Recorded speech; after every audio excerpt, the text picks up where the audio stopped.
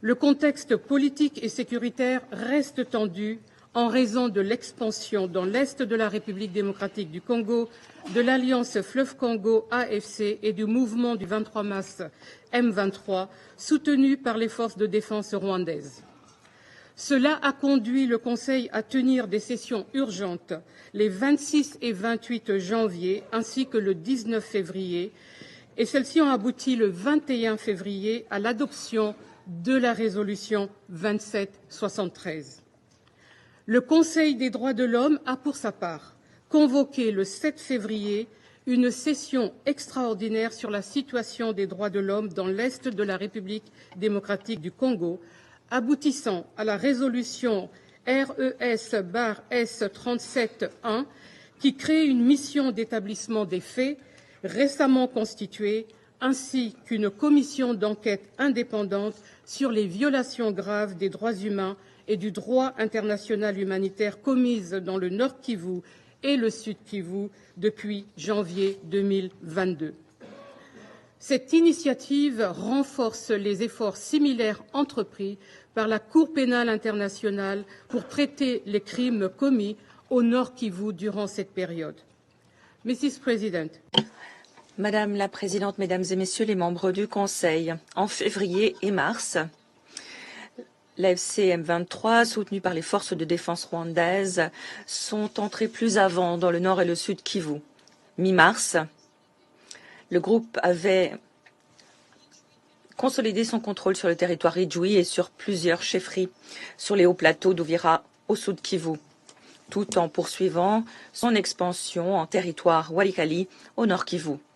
Aujourd'hui, l'AFC M23 contrôle de vastes pans des deux provinces, Nord Kivu et Sud Kivu, et menace de s'étendre dans les provinces de Chopo et de Maniema. L'AFC M23 a aussi continué de mettre en place une administration parallèle, nommant récemment un gouverneur, 2 vice-gouverneurs et un maire à Bukavu, Sud Kivu.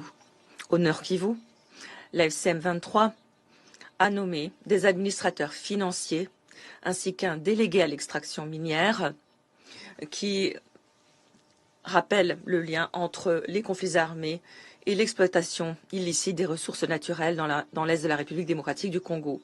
En dépit de nombreux efforts déployés au niveau régional et international, le cessez-le-feu immédiat et sans condition, appelé de ses vœux par la communauté, la CEA, la SADC, l'Union africaine, la résolution 2773 du Conseil de sécurité et plus récemment encore sous l'égide du Qatar, n'a pas encore pris forme. Il est impératif. Merci Madame la Présidente. Merci à la représentante spéciale Keïta, ainsi qu'à Madame Slente pour leurs exposés d'aujourd'hui. Il est essentiel que le Conseil et la communauté internationale continue de recevoir des rapports objectifs, crédibles sur la situation catastrophique qui est celle des civils congolais et du personnel de l'ONU dans l'est de la RDC.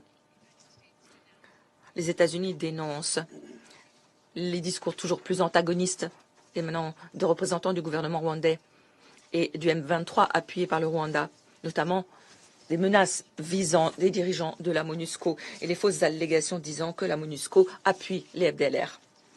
Ces déclarations sont inacceptables et irresponsables, en provenance de le Rwanda en particulier, qui est un grand contributeur au maintien de la paix. Les États-Unis condamnent vigoureusement les avancées du M23 et des forces de défense rwandaises dans le Nord Kivu et dans le Sud Kivu. Nous nous félicitons des efforts déployés par toutes les parties dans le cadre du processus CAE-SADC et notamment de l'engagement à parvenir à un cessez-le-feu permanent et sans condition. Cependant, signer des communiqués n'est qu'une première étape. Les appliquer est bien plus compliqué.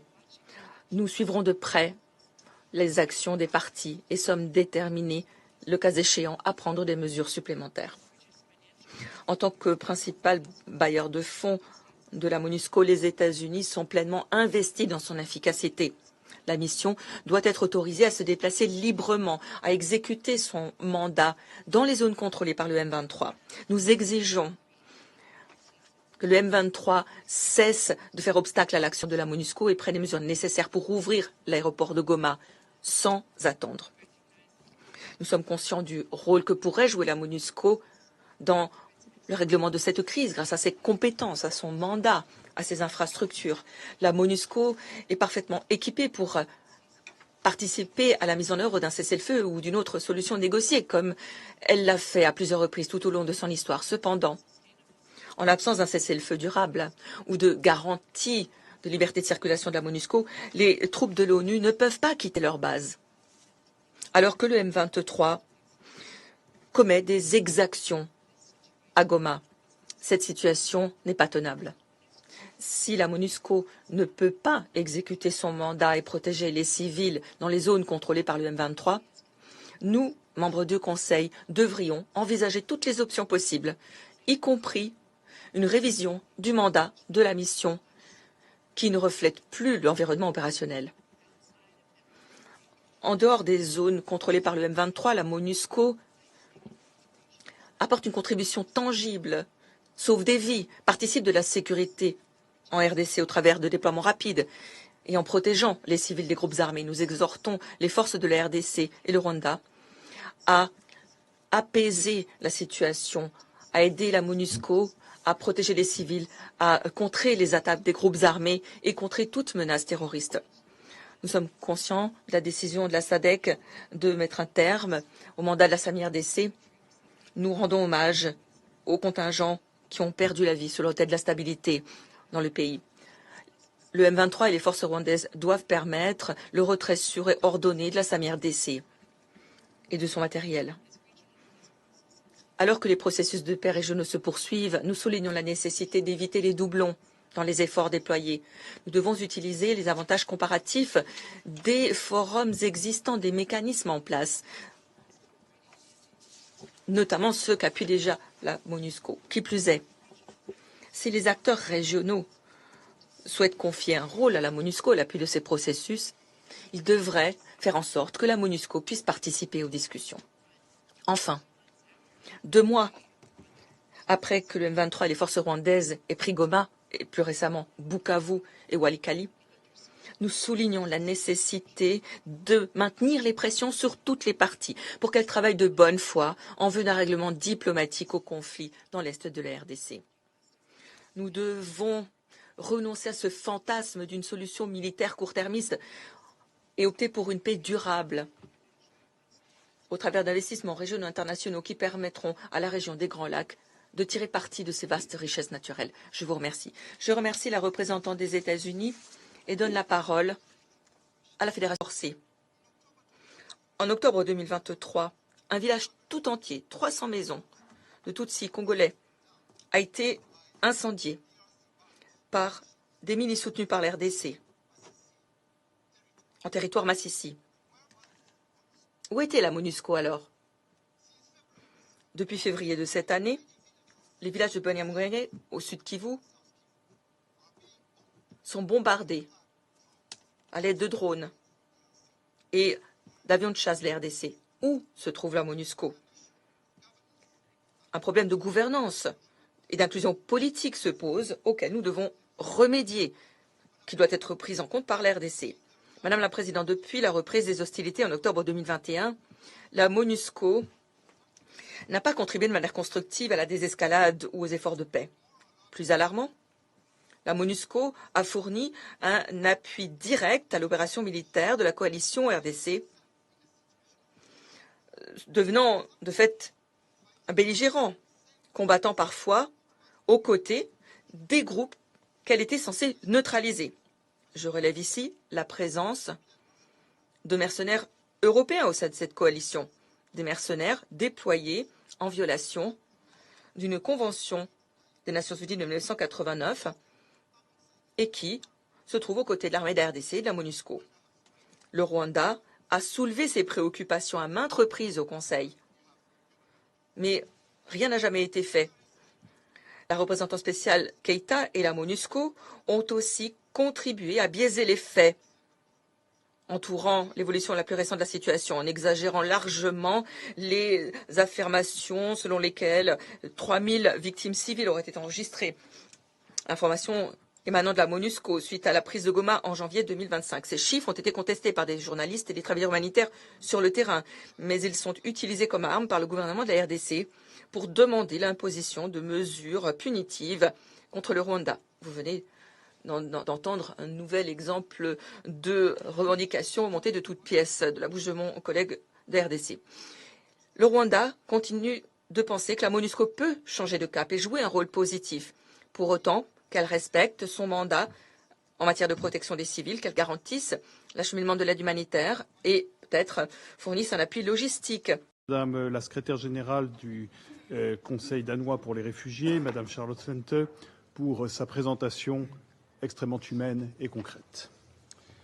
Par ces interventions, nous mesurons la gravité de la situation sécuritaire et humanitaire que continuent d'endurer les populations du Nord et du Sud Kivu, accentuée par l'offensive conduite par le M23 avec le soutien et la participation des forces rwandaises de défense. Une nouvelle fois, en 3 décennies de conflit, l'Est de la République démocratique du Congo est en proie à la violence des groupes armés, à l'instabilité chronique et à la prédation des ressources naturelles. Cette situation nous oblige. Un mois après l'adoption de la résolution 2773, il est de la responsabilité de ce Conseil de maintenir son implication en faveur de la paix et de la sécurité en République démocratique du Congo, comme dans la région. Le Conseil de sécurité s'est exprimé sans ambiguïté pour exiger une cessation immédiate des hostilités. La résolution 2773 a appelé à la conclusion par toutes les parties d'un accord de cessez-le-feu effectif, inconditionnel et immédiat. Par ce texte, le Conseil a appelé à l'unanimité au retrait sans délai des forces rwandaises de défense hors du territoire congolais. La résolution rappelle également la nécessité de respecter le droit international humanitaire et d'assurer un accès humanitaire complet, sûr et sans entrave, à commencer par la réouverture de l'aéroport de Goma. Ces rappels restent indispensables aujourd'hui. Des progrès urgents sont attendus dans la mise en œuvre de la résolution 2773. Les affrontements quotidiens se répètent sur la ligne de front. Les exactions contre les civils, les violations des droits de l'homme, les violences sexuelles se multiplient. Le risque d'embrasement de la région des Grands Lacs demeure. Le Conseil ne saurait se satisfaire de la situation actuelle. La conclusion d'un cessez-le-feu respecté par toutes les parties est donc au sommet des priorités. La France soutient les efforts à cette fin, qu'il s'agisse des appels au cessez-le-feu annoncés après la rencontre de Doha le 18 mars ou dans le cadre du processus régional SADC-EAC. Le cessez-le-feu doit être mis en œuvre pour que les combats cessent de peser un jour de plus sur les populations de l'Est de la RDC. Les initiatives de dialogue doivent se poursuivre afin de parvenir à des progrès concrets et observables vers l'arrêt des hostilités. Dans ce contexte, les processus régionaux de médiation ont vocation à jouer un rôle clé pour amorcer la sortie de crise dont nous avons besoin. La France a soutenu le processus de Luanda et Nairobi et continuera d'appuyer tous les efforts régionaux permettant de progresser vers un règlement durable du conflit, dont le processus EAC-SADC. Nous soutenons la coordination entre ces initiatives et l'implication des Nations unies, ainsi que la consultation de la société civile et la participation des femmes au processus de paix.